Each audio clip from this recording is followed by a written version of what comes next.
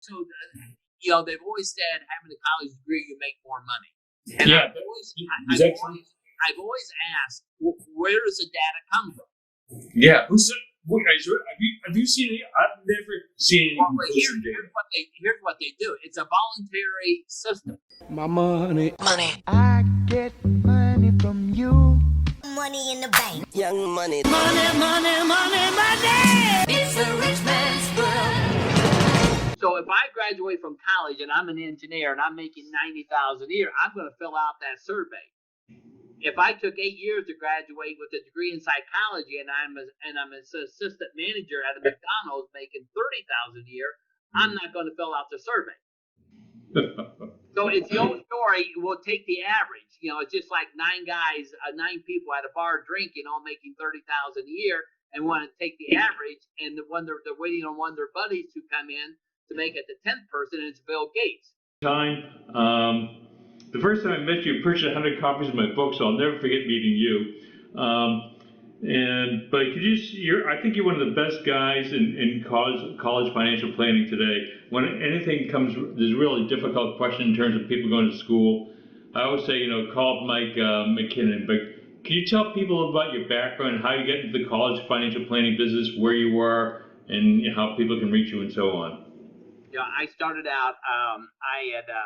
I played college football, and I didn't graduate. I came back in the Chicago area, worked as a Teamster for a year, made the decision to go back, get my degree, got hired at a community college where I played football. I was JUCO All-American for the area, and I started coaching there. The head coach put me in charge of working with our student athletes and the academic advisors, student athletes and their parents with financial aid.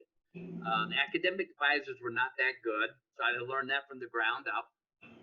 Financial aid, I was very fortunate to have an assistant director of financial aid who was a Vietnam vet, who really did not like the government. If there was any legal way to screw them, he found it, and that's how I learned financial aid. Good or bad, that's how I learned financial aid. I left education, went into private business, and over the years, I just helped family and friends out with this process, kept up with it, loved it. And so about 30 years ago, I started the company, and I started on a part-time business. I had sold my other businesses, and I only wanted to do it part-time.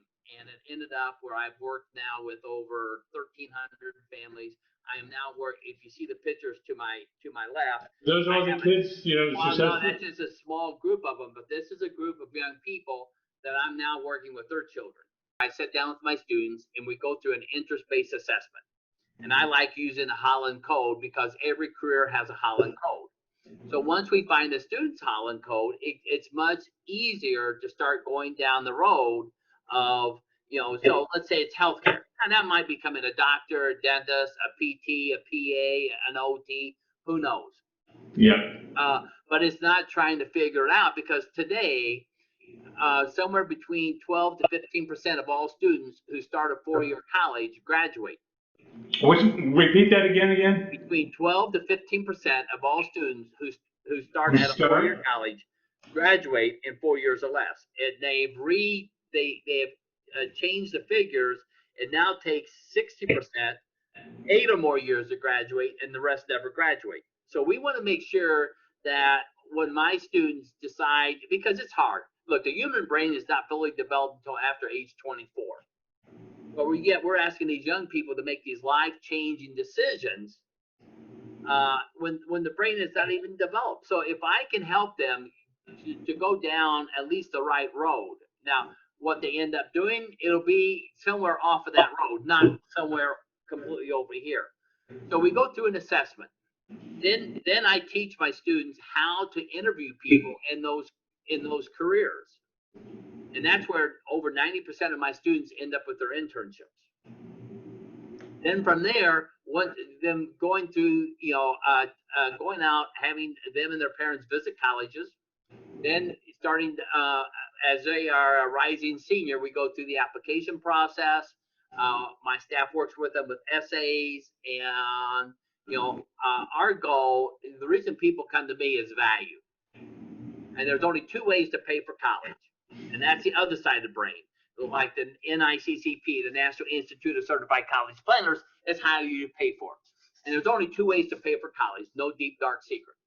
Either your money or someone else's money. And we're good at other people's money. I get a question for you though, Mike, but the graduation rate, that's horrible. I mean, would you say only 15 to 20% finish within the first 4 years? Is that correct? Yes, yeah. 12 to 15%. That's boy, we couldn't tell. I didn't realize. I mean, but see, we have children going to college that either pick their own colleges or, like in your district, only 29.4% of the students who graduate are college ready. So now these colleges, like here in Illinois, University of Illinois Chicago, their largest programs now are remedial reading, writing, math, and English. So young people, and I'm not talking about everyone, but I'm talking about the majority. Yeah. Aren't college ready. But yet, when you look at the cost, it's just unbelievable. The cost of colleges, Mike, as you know, has skyrocketed over the past 30 years. Student loans are up to 1.6 trillion today, 1.7 trillion, close to that, whatever it is, and which is close to really $3 trillion. Okay, and that's up from 500 billion when Obama was president. I mean, the cost of college is increasing at 8 times the wages, and Yahoo, I don't know if you've seen this statistic over the past 50 years, said college costs have gone up 309%. How is this possible, Mike? What is this? This is like the horse is out of the barn. What's going on? Well, the biggest problem is the federal government is in the student loan business. So that's the biggest problem. But then there's a lot of blame to go around. You have professors, full-time faculty, making $200,000, $300,000, $400,000, $500,000 a year and not teaching a class. You have in the last 30 years, you have anywhere from a 70 to 100% increase in administratives, college administrators, technology, collective bargaining among public employees. So there's a lot to go around, but the biggest problem is student loans with the federal government. So Barry, if you and I owned a university and we charged $80,000 a year and a student wanted to come and parents couldn't afford it, all they have to do is fill out an application for a Parent Plus loan and the federal government will loan them every penny.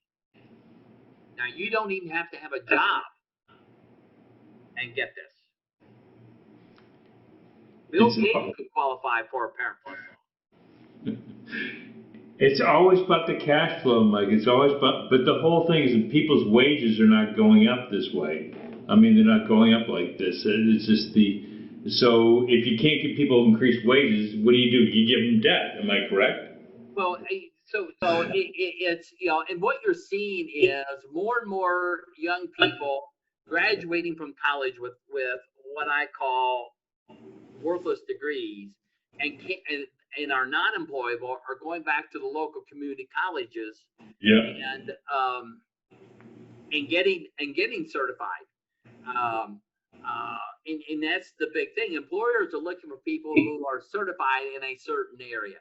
So the young people are going back and getting a certification in heating, air conditioning, getting automotive, which they could have, instead of being $150,000 in debt with that degree in sociology. What do you suggest for young families now? I mean, because this is just an astronomical expense for the vast majority of Americans. So when do you suggest people start looking at this stuff? Well, financially, if it continues, the cost continues. I mean, you gave a couple figures here, but since 1978, the cost of the CPI has gone up between 1978 to 2019. It's gone up around 200%. Healthcare has gone up around 450, 480%. Higher education's gone up over 1,500%. Unbelievable. So when you say, I don't think the idea, yes, it's great to start saving at an early age. If you think that you can save enough money to send your children to college based on the the the past and current conditions, that's going to be difficult. So now you have to think outside the box.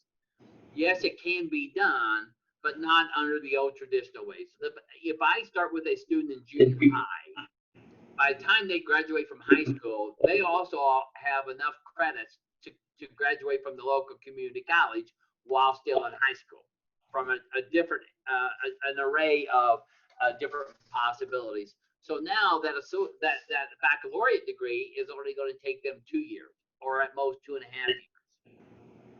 So that's a big savings. Every night when I sit down with my wife to watch TV, this is from my old coaching days. I break down one college a night, 365 days a year, to find these hidden gems that will pay a lot of money for students to come to their institution. So last year I had 51 students go away to college. The top 26 either went totally free or paid no more than $8,000 a year. The bottom 25 pay between 10 to 16,000 a year. Whereas in your neighborhood, Dartmouth is not too far from you. Oh, it's not that far. It's about an hour away, about an hour and a half. So Dartmouth is over 80-some thousand a year. Yeah, we can afford that. I mean, this. I mean, that's what I'm looking for, and it almost seems like you have to be just incredibly rich to afford something like that. Am I correct? With the Ivy Leagues and so. Being incredibly rich. Let's say you have 4 children, and let's say you make $1.2 million a year. So 1.2 million gross, you're netting what, about 800,000 a year? If that, depending upon which state. 800,000, and you send your 4 children to elite schools. That's 350,000 of the 800. So now you're living on 400,000, and you're used to living. You make 8, you're probably used to living like you're making a million. So even wealthy people have sleepless nights. All these college savings plans now, these 529s, what do you think about them? To me, my opinion on them. Are they of value to the people, or I mean? If someone's going to give you a $200,000 529, it doesn't cost you anything, I'd say take it. Yeah, oh yeah. If you get some rich uncle or some grandfather or whatever, there are other better, much better alternatives. Because a 529 can also be a detriment if you have a good student and you're looking for merit aid. A number of years ago, this was a classic example. I had 2 families here locally. One saved every penny that they could. Every penny. They didn't go on vacations. They drove a 10-year-old car. They rented their movies. Another family drove new cars, took vacations, didn't save a penny. And both students got a presidential scholarship at this one college. Back then, it was $20,000 a year. So the parents who spent everything and didn't have a 529 got $20,000 of free money. The family that saved $40,000 for their son, the university said, we're going to take $10,000 of our money away. You'll have $10,000 of our money. We're going to take $10,000 of the money you saved. And there's the $20,000. Yeah, it's goofy, Yeah, I mean, and it amazes me that they're sold by financial planners that they're either tax free or tax deferred. And if you look at the tax code, that is not the case. What does the tax code say on those? What is the tax code on those, Mike? I can't talk. I'm not a CPA, so I can't talk on that. I just let my families read it and make sure your planner has read it, because in it does not say they're tax deferred or tax free. There are in almost all cases there has to be a tax paid on it, but they need to read that for themselves. Yeah, I agree with you. I just think it's another way for Wall Street to loot the average taxpayer. But No, but again, if you have that really rich uncle or the grandfather, whatever, who wants to give away a lot of money in his estate, and you know, it wouldn't be a bad idea. Well, yeah, and also keep in mind the 529s, they play on people's emotions. And these mutual fund companies basically put their dogs in there. So they don't perform well at all. And they merge them, and But they play on people's emotions, grandparents' emotions, parents' emotions, and that's what happens. Now, also too, now the whole, do people realize, how the severity of these student loans that people pile on now? No. Because this is an election year, and I wrote about this in my second book, Pirates from Manhattan to Mercer, actually on Highway to Serfdom, about how student loans were turned into, essentially, students were and their parents were turned into indentured servants into the college loans with the Bankruptcy Abuse and Consumer Protection Act 2005. Which was pushed through by Joe Biden. Do kids or the parents realize how onerous this debt is, that it's non-dischargeable? No. And that Wall Street likes nothing better than non-dischargeable debt, don't they? I would think so. I mean, when Bush, this was what happened when Bush was president, and the financial services lobbying groups made sure that up until then, student loans were dischargeable. Yeah, they were. So the only thing that's not dischargeable in bankruptcy would be student loan debt and credit cards. Huh? Credit cards, believe it or not. You can credit cards. If you're divorced and you have to pay alimony, child support. But this is what they've been selling, So. Well, But keep that's in mind, all the student loans out there, only 20% are in the private arena. The other 80% is backed by the federal government, whether it's a direct student loan, Parent Plus loan, and or what the Perkins loan. Getting a private student loan is like going to bed with the devil.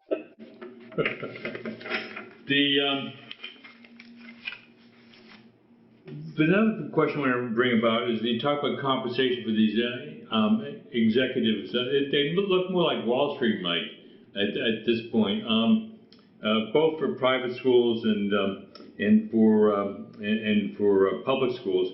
I think I emailed you out, you and Rick yesterday, that Harvard admitted yesterday, or within the past week, that it paid its the people who manage this endowment $33 million in 2018, which is pretty good cake if you can get it. Navakar, he's the guy who used to run actually Columbia's endowment. He's the CEO of Harvard Management, which is he was paid $7.2 million in 18, down from $9.3 million in 2017. Some other executives. Kavinsky Wickamage and Benjamin Brady, who were second and third at Harvard, made $5.8 million each in 2018, and now they work for Bain Capital, which is the private equity firm, and then another guy, chief investment officer, made $5 million in 2018. It goes on and on, Mike. I mean, and those are just the endowment figures. Some of the I couldn't believe this. Some of this actually came out this week, Mike. The executive CEOs for public and private schools, and the private schools, the president Bryant made $6.2 million. Ronald K. McMashley, John J. Bowen of Johnson Wales, which is down in Rhode Island, $5.3 million. Shirley Ann Jackson, she's always been a high-paid one, who is the CEO of Resner, $5.1 billion. Amy Gutman, who worked for the University of Pennsylvania Wharton, $2.9 million. Victor Bashini, $2.6 billion, Texas Christian University. It's and then the guy C.L. Max Nikias of the University of Southern California, which is kind of like the Harvard of the Southern California, $2.4 million. This is out of control, Mike. Yes. What do you think? No, it is. It is. But as long as people continue to send their children and going into debt or spend their life savings, it'll continue to happen. Now, what is happening today could change the face of education in this country. And I'm not only talking about higher education, but I'm also talking about K-12. Yeah. These new normals are changing on a daily basis. It's like playing a game of football and trying to put together a game plan, and they keep moving the end zone and the goalposts on you every day. And so you're going to see enrollments drop at four-year institutions. Now you'll see community colleges finally come back up a little, but you're going to see more and more people take a serious look at this. Now, if you're sending your child to one of these elite schools, and look, I would say just about every school is going to start on campus, and then they're going to immediately send them home. It could be 2 weeks, it could be 4 weeks, it could be 8 weeks, and those kids will be going home doing e-learning. And parents that are spending $25,000, $30,000, $35,000 a semester, how does that work out? So you're seeing more students. I have in my own practice, I have a half a dozen students that graduated this spring from high school are not going away to college. They're deferring for a year to see what's going to happen. And you're seeing more and more students doing that. So that's what's happening at the college level. Now let's look at the grade school level. I just had 2 Zoom appointments today.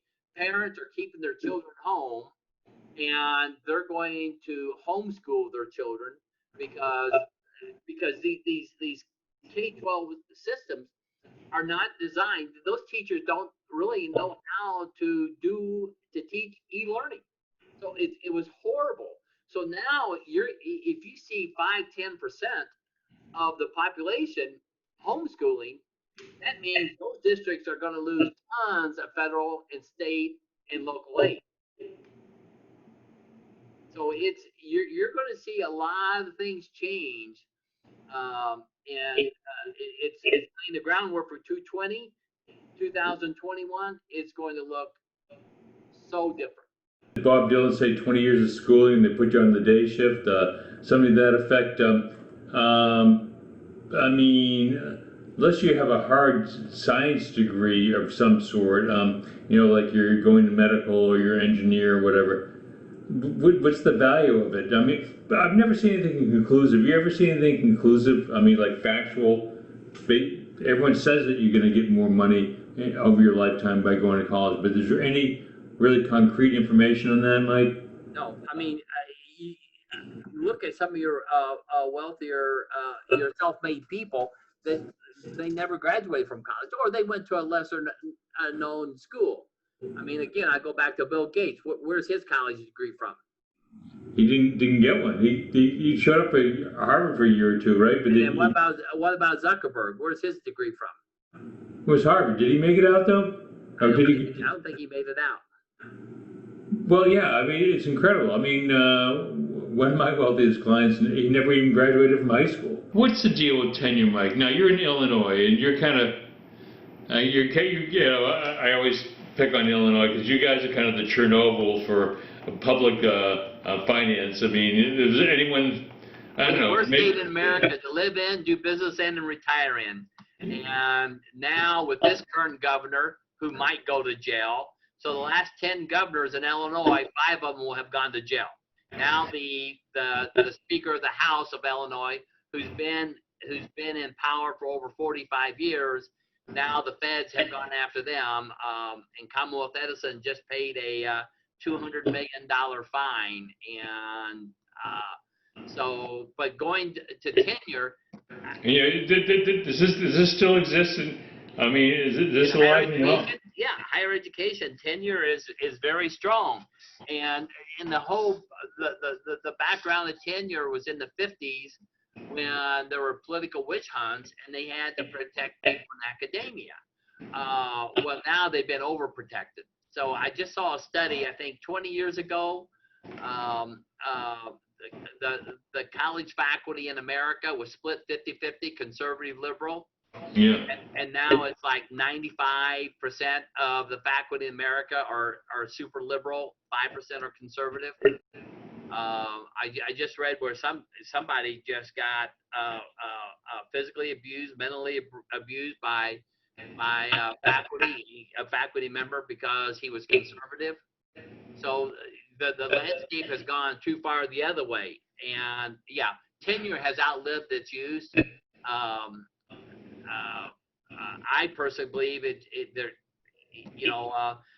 colleges, even the K-12 systems, it should be a professional designation where your contract's renewed every year. Yeah, because it's almost like a medieval type of benefit at this point. I mean, it's I just don't see how it's sustainable. And another thing which I want to do. So, where do you think it's going, Mike? Where's Mike McKinnon? And as I say, I know you, Mike. As anyone who knows how to plan for college and help parents, you're second to none. Yeah. But where do you see it going, Mike? We can't continue this business model. This business model just doesn't work for higher education. And I come from a small town in southern Illinois, and I learned a long time ago there's only two kinds of people in this world: people who make dust and people who eat dust. In higher education, they're all eating dust except for a few. So you take Arizona State University, Dr. Crow, he understands the big picture. So even though ASU has over 100,000 students, 60-some thousand online, the profit from there covers the money pit of the campus culture. Mitch Daniels from Indiana, who's the president of Purdue, who is the governor of Indiana, he hasn't raised tuition there in 8 years. So he went and bought Kaplan University and is rebranded Purdue Global. There are more students in Purdue Global than on the campus, but the money that he's making there is offsetting the losses on the campus.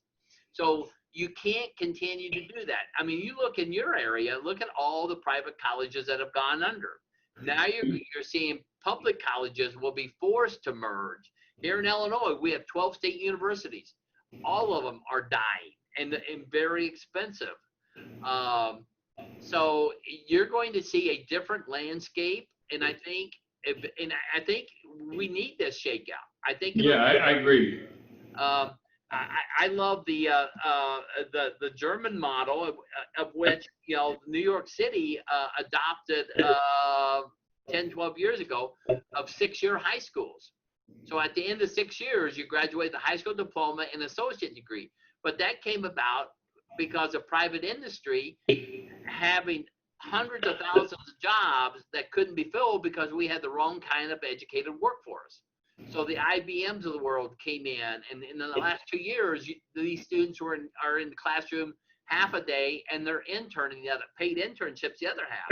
And they're now at the end of 6 years getting jobs anywhere from $60,000 to $80,000 a year. Now in the city of Chicago, they have 3 of them. Rahm Emanuel decided to do that early on. So I think you're going to see more of that because what we're trying to do is put a square peg into a round hole.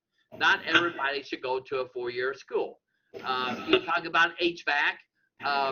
A union HVAC person here in DuPage County makes anywhere from $100,000 to $130,000 a year. I have a client who owns a big flooring company, cannot find any carpet layers. Now that goes through the carpenters union. All of his carpet layers make over $120,000 a year. Holy moly, really?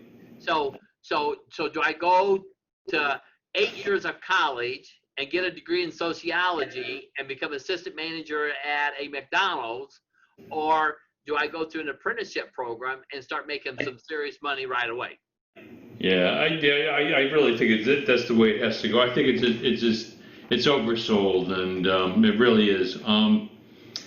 Well, Mike, how can people get in contact with you? I mean, I feel very good about referring you when people get into this quagmire, if you will. How can people find more about you? Yeah, go to my website, check me out there, see what's on my website, and that's collegecost.org. COLLEGECOST.org, and check me out. And if you'd like to take it to the next level, I do a 5-minute phone conversation. And if I think I can help you out, then we do a meet and greet via Zoom with the entire family, and go from there. I'll let you know up front, yes, I can help you out, or no, I can't help you out. Yeah, and if we can help you, contact us as well at www.barrymdike.com or camnh.com. Mike's a great guy. He's a great guy to work with, and we'll be happy to help you coordinate this stuff. And yeah, I'm in the wrong business, Mike. I'd also pull some of this stuff up from get a kick out of this with some of these people making it at the Harvard University. The last guy made $7 million last year. There was a Jay Mandillo. She made $13.8 million at the Harvard endowment in 2014. Andrew Wiltshire, alt assets, $10.4 million. Daniel Cummings, real estate, $8.7 million. We're in the wrong business, Mike. Stephen Blythe, who was the former CEO, paid $8.3 million. But it's crazy, and so it's just. But anyway, thank you so much, Mike. We're going to post this up and look forward to talking. He counted on America to be passive. He counted wrong.